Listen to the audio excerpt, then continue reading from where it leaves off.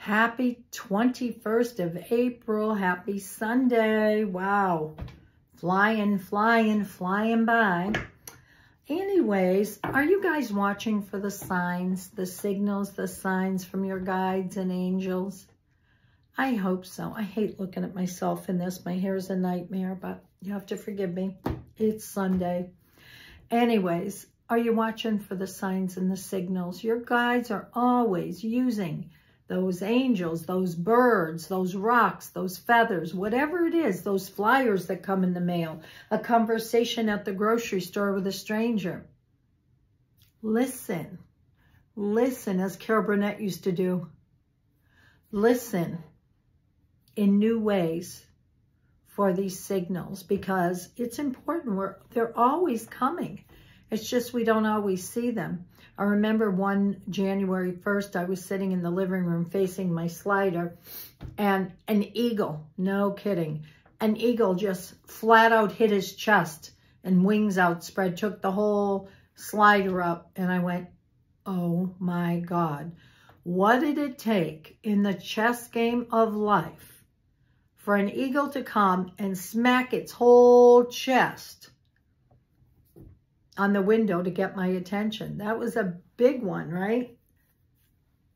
That's spirit itself trying to get my attention.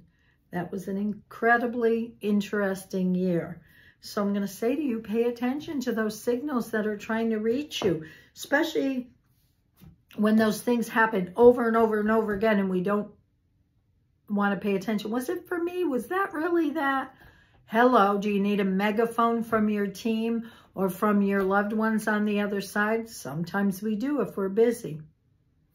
So anyways, we're going to move on with this week. The Secret Language of Light is the first deck.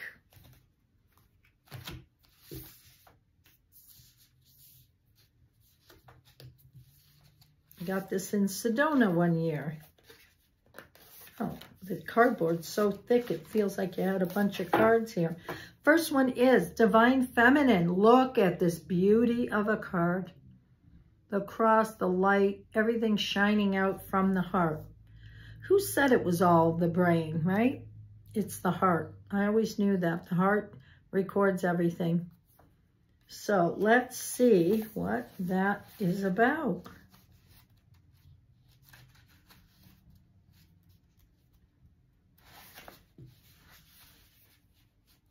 Shine your inner light on your desires. Look beyond the obvious and the superficial into the heart of a matter.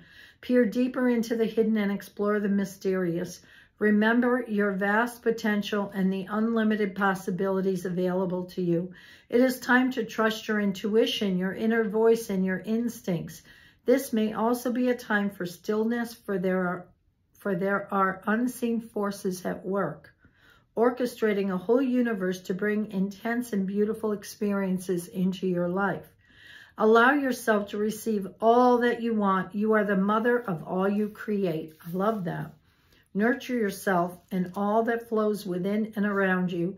There may be an impending marriage or birth around you, either physically or symbolically. The Divine Feminine wants you to know there's always enough to go around. Abundance is everywhere. Embrace joy. Well, I don't know about you, but I'm ready to embrace some joy. I am. It says, say to yourself often, I am willing to be open to my loving fullness. I am willing to create change. It gives a thing here at Moonrise. Give thanks to the moon for shining a light on your dreams of creation. Find out your moon sign and tune into the lunar cycle. Use the new moon to create new ideas and the full moon to shine brightly upon and celebrate your creations. So there you go. Many of you already do that. So, all right. The next one is from the Star Temple. Let's see which one wants to come. The triple star grid, align. I connect and align with my higher consciousness. How beautiful. Love that color right there too. All right, let's see what this one has to say.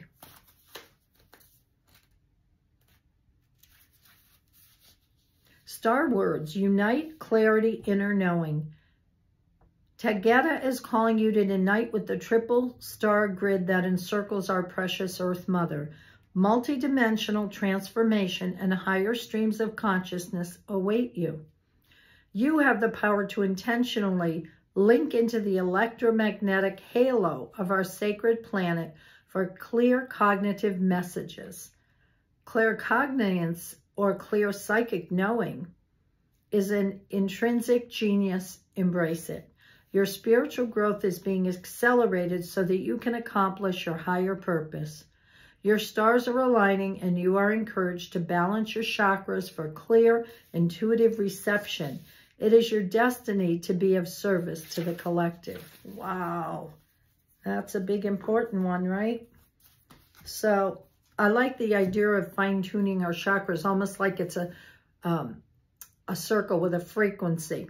We want to turn it up or turn it down or whatever to receive the channel we need for information.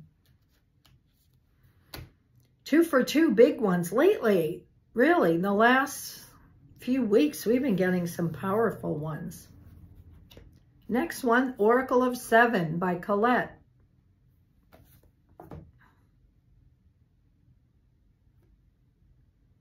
Close encounters.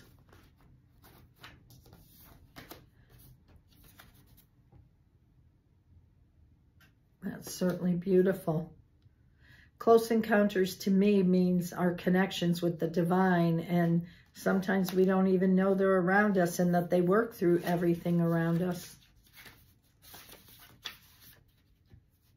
Vulnerability as a strength, letting others see your wounds as well as your strengths, setting healthy boundaries. This is a time of connection that asks for you to be vulnerable and authentic. Let go of any social masks or constructs you use to keep yourself apart from others. Lower your shields and allow yourself to step into the dance of intimacy. When you become close to people, you remind yourself that you are not alone. You're part of a beautiful, meaningful bond. At a deep spiritual level, there are so many lessons offered to you in this closeness. Isn't that funny? I took close encounters as connection with spirit. At a social level, intimate relationships help you ignite the spark of life that is the power of affinity. You flourish as a result of offering emotional honesty, a true desire for equality, love, friendship, and laughter. We aren't meant to be alone. Yet sometimes we are wounded and we build walls around ourselves so we don't get hurt again. It's time to be honest about yours and step out from behind the barrier and engage in all of life. This is a beautiful opportunity to allow your vulnerability to be your strength as you choose to live in integrity and without artifice. Even in your work life, this mode of connection allows you to be truly present. So I can think of a few of my close friends that need to take that boundary down, be vulnerable. When you live this way, everything and everyone thrives. You have no need to defend yourself when you're being truly and utterly you, empowered by your raw openness and willingness to be seen. In this way, your close encounters will not fail you. There is much to celebrate when you stand eye to eye, shoulder to shoulder, sharing your heart. You know who I'm talking about out there. Love that. Wow. The next one is the Sword of Light, Archangel Michael.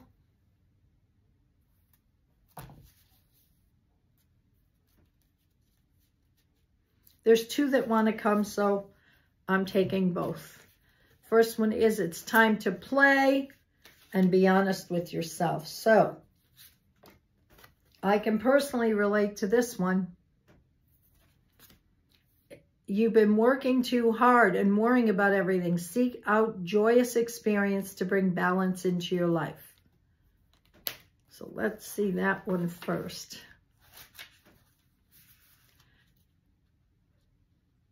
You are working entirely too hard and haven't left yourself any time for enjoyment and fun. This is not sustainable, and it will leave you exhausted and burnt out in the long run, Brenda. This situation simply has to change. Carve out time for yourself, even if it's just brief moments here and there for self-care and amusement. Block out times in your calendar if you have to, whether it's 20 minutes every day, an afternoon a week, or a few days off each month. So funny because I'm constantly arguing with myself over my schedule. That boss of mine. Read parts of a book you love, or go for a walk somewhere that brings you joy. Find a new show, preferably a comedy that will allow you to laugh and forget your obligations for a short time. Better still would be to take a vacation, just planning where you want to go and what you want to do, even if you don't have the time off or the finances lined up quite yet. They would do you a world of good. But for now, today, make time for play in your life. Try to find fun in everything you do, even if it's just a little bit. If life isn't fun, then what's the point of this incarnation? Well, I guess I forgot that part. Mine's all about work. Be honest with yourself. And I love how we have the arms on her shoulder. All your feelings, even the difficult ones, have a message for you. Accept your truth, then let Source take it from there.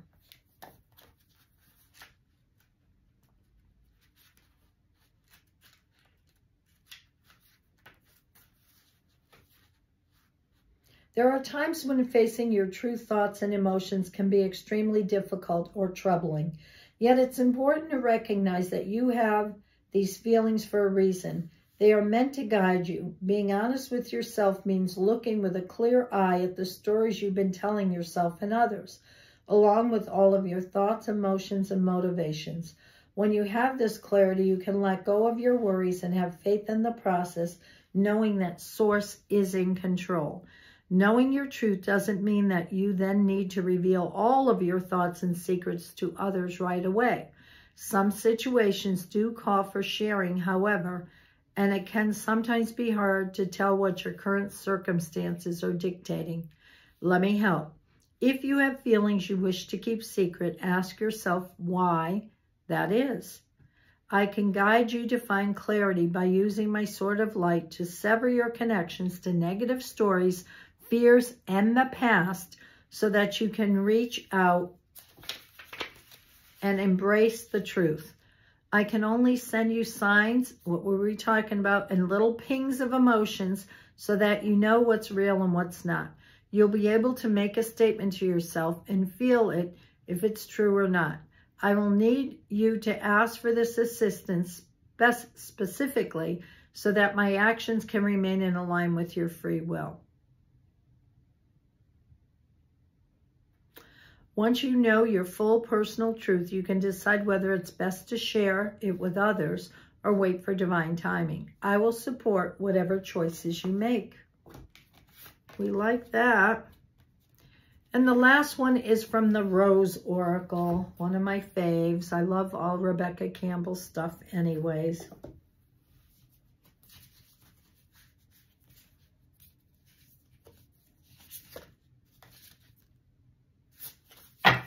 I was guided to go right to the bottom of the deck, the crowning. Intuition, thresholds, birth, rebirth, a seat at the table. Oh, I love this.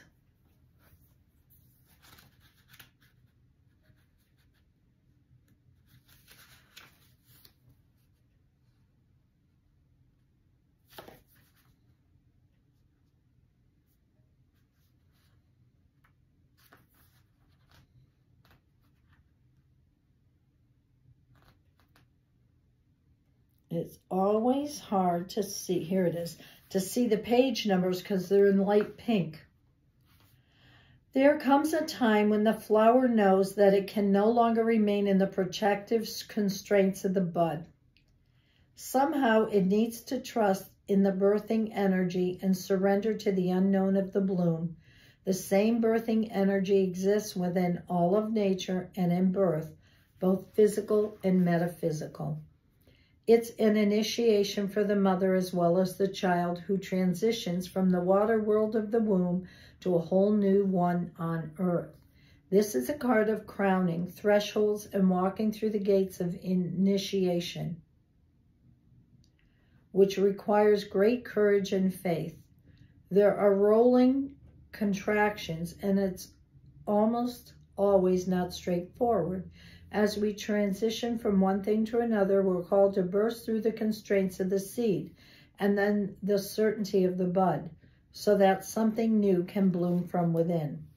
We're always birthing something, and deep inside, as we know that the only way to surrender to the initiation is to surrender to the innate power within. The power is inner, but it's also connected with the intelligence that exists within all life. It's the same energy that tells flowers when to bloom, and it was present when you grew in your mother's womb. Trust in that. It will carry you through. Surrender to what's waiting to be born through you.